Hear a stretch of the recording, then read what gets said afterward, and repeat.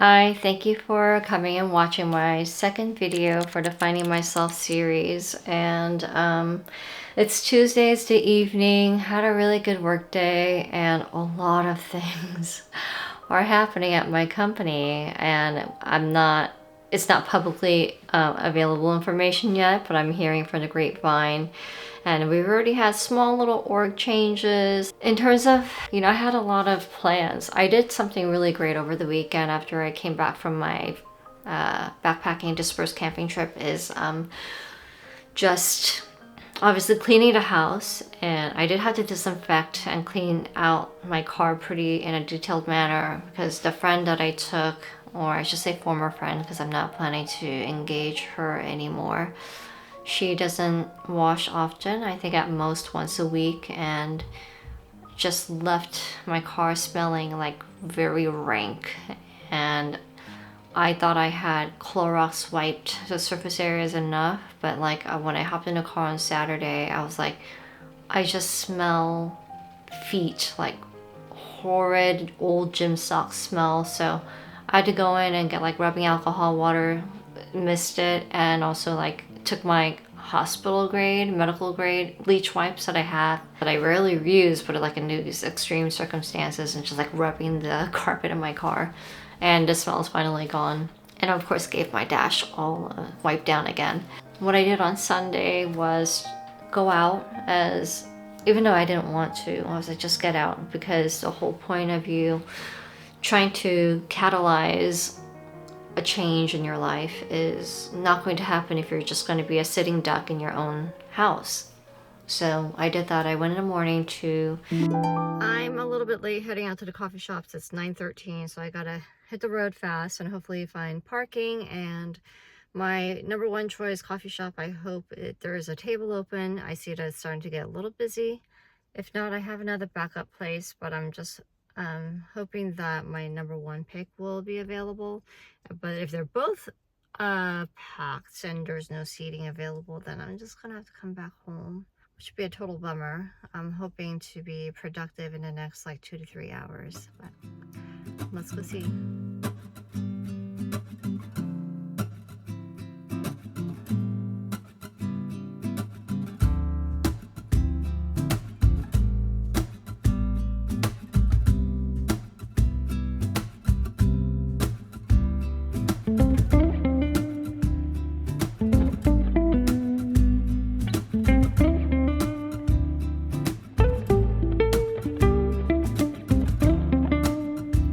So I picked up a few books, went to this local bookstore I've been meaning to go to but had not. Got some really good books. I feel like they're, one of a kind finds, and, like some nice hardbound. And one particular book I've been meaning to get for a while, finally did. And I also picked up a couple bookmarks. I have a good friend coming to visit me in a couple months from San Diego, and I'm gonna give her this one. This is like a nice thin wood material bookmark.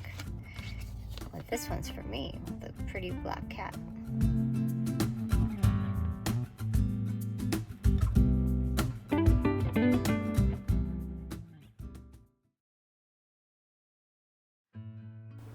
I did get some creative writing done as well. Like about the last 30 minutes that I spent at the coffee shop was to just put some ideas to paper.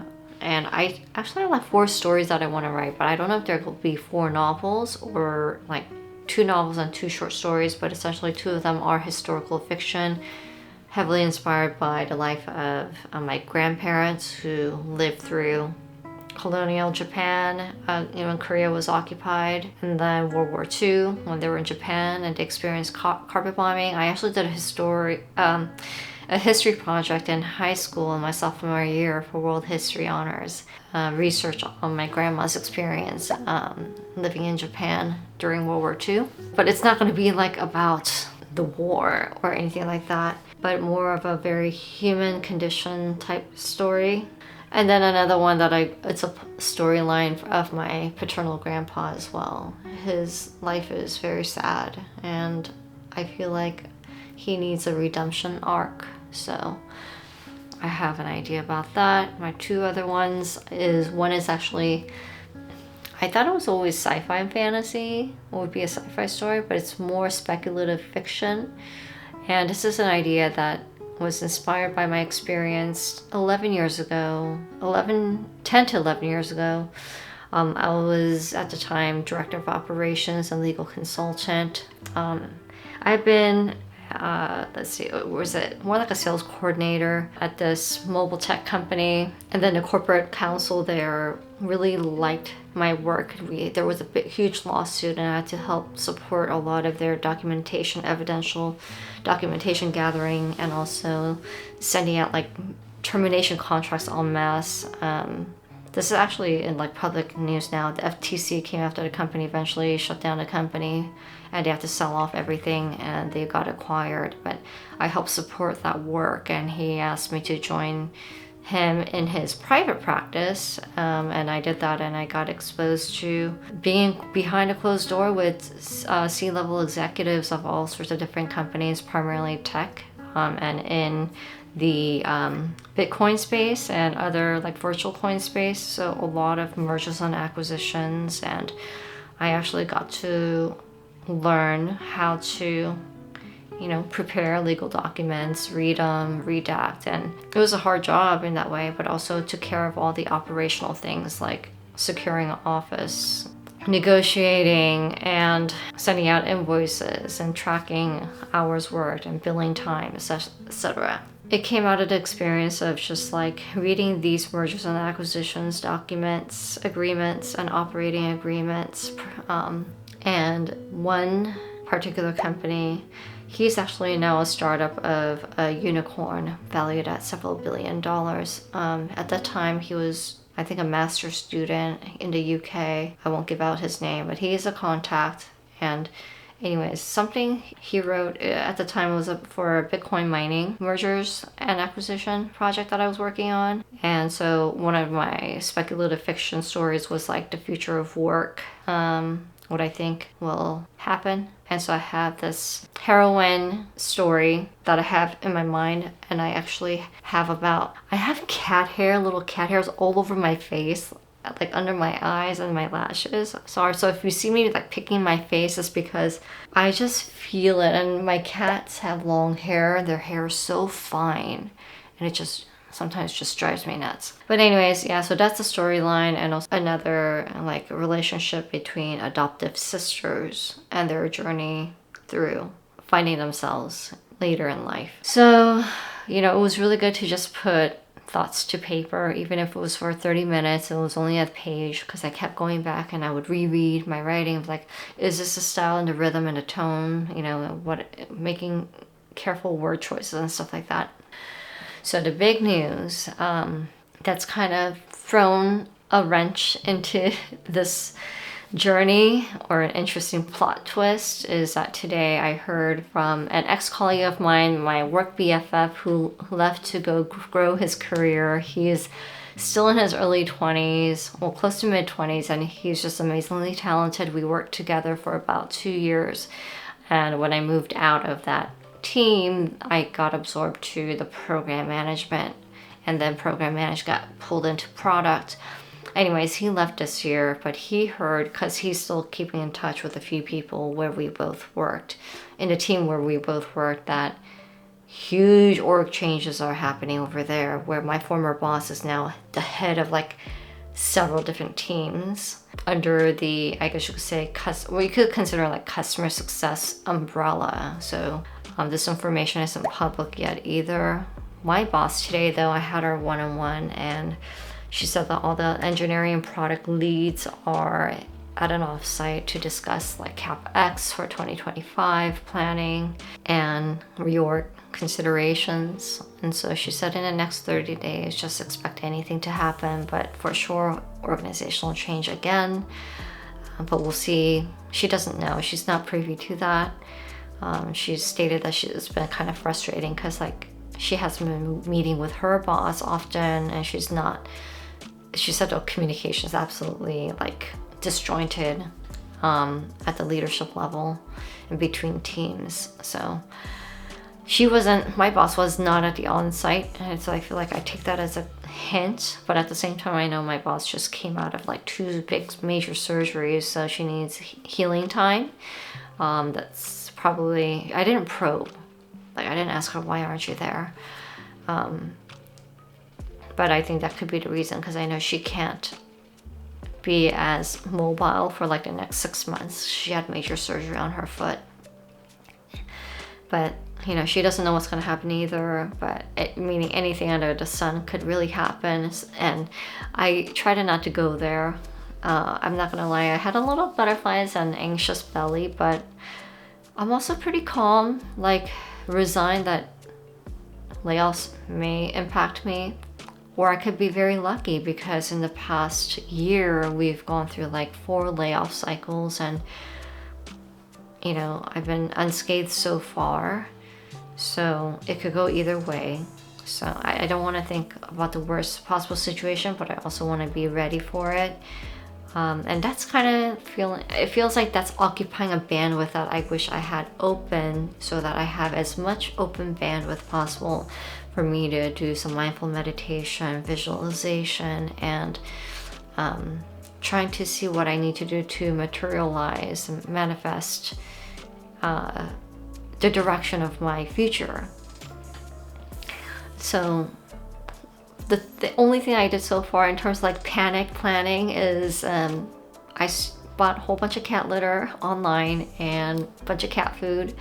Petco is having a big sale, and I happen to have an extra 18% cash reward plug-in for my Capital One shopping. So I'm like, let's go, let's stock up. I actually have 4 months of cat food already, but you can never have enough, I feel. I want to make sure the cats are well taken care of. As for me, I did do a calculation of what if I were to reduce to bare bones, what is the monthly expenditure, and divided it against my personal savings, what I have. In the worst case scenario, let's say there's no severance and I get hit with layoffs, it looks like I have probably, and not taking unemployment, it would be probably 9-10 months. But I know the previous round people got like 1 month for the year, 4 weeks per year of service, and I've been with the company 3.5 years. I would probably definitely try to negotiate for like additional 4 weeks, at the minimum extra 2 weeks of pay. Anyways, look at me, that's not reality yet, but you know, if we cross that bridge, like I said, I could be very lucky again, we get pulled and absorbed to another team. We'll see what happens. I really know that I need time off to do self-discovery and forge a path for what's going to make me much happier, like even 30% happier. Have you gone through something like this? Have you come out the other end of a period of like self-discovery and finding your path and finding yourself? Like, what worked for you? What did you try? And I'm not looking for complete like reinvention stories, but where you've taken some steps to put yourself in a position, or end up in a position, in a place in your life where you're like 20 to 30% happier than where you were. And if you're going through that journey, as I am, like trying on a quest to find yourself, what it is that you're meant to do, your purpose, what does this all mean, who am I? Like, what have you found that hasn't worked for you? What are you trying? For me, it just really helps to hear anecdotal accounts, because it's like, it essentially is a food for me, motivation food. Going back to what I said about for me, I am just taking smaller than incremental steps, but the smallest action of making sure that I am going outside and milling around the public. And I had such a pleasant experience actually on Sunday morning when I walked back to my car after buying some books at the bookstore. This young man riding a bicycle, just like, you know, I'm walking towards my car, bicycle's approaching, and he just like waved, "Hi, good morning," and in such a warm and jovial way, so neighborly. And I was just so struck by his energy, and I was like, oh my goodness, oh hi, good morning. And I guess it made me think, I was very happy. I was like excited with what I found at the bookstore, and it just felt good, you know, just that little happy, peppy feeling in my soul. And so that's what I mean by like the littlest things can make a difference. Oh, and my cats too. And this is my very needy little baby girl. She also loves to play fetch. She wants to be held all the time, especially when I'm working.